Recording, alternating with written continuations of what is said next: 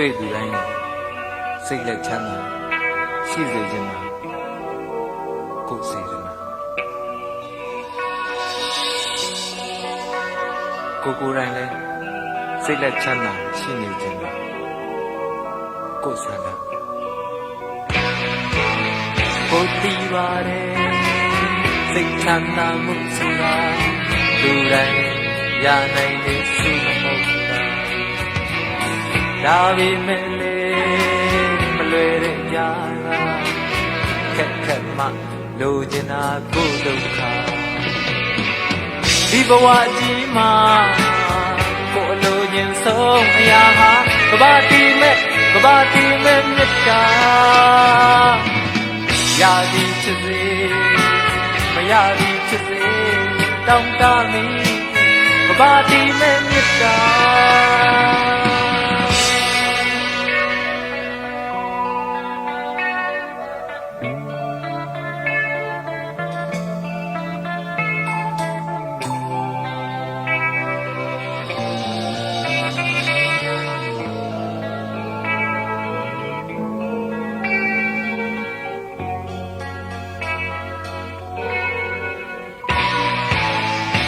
ခင်တော်လား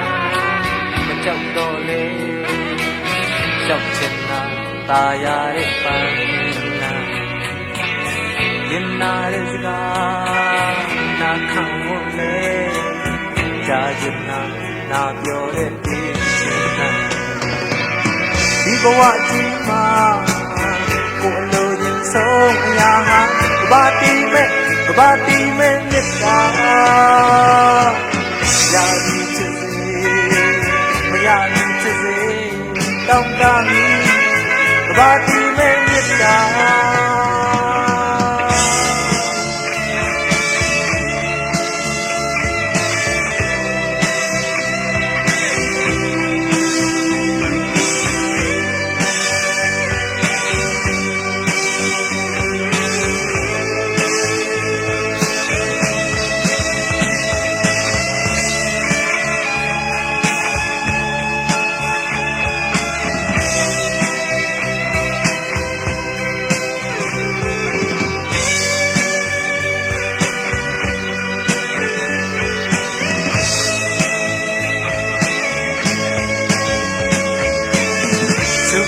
တော်လားကြောက်တော်လေရှောက်ချင်တာตาရတဲ့ပန်းလားရင်နာတဲ့စကားနာခံဝန်လေကြားချင်တာနာပြောတဲ့တေးချင်တာဒီဘဝကြီးမှာကိုအလိုချင်ဆုံးရာဟာဘာတီမဲ့မြတ်တာရသည်ဖြစ်စေမရသည်ဖြစ်စေတောင်းတမီကဘာတီမဲ့မြတ်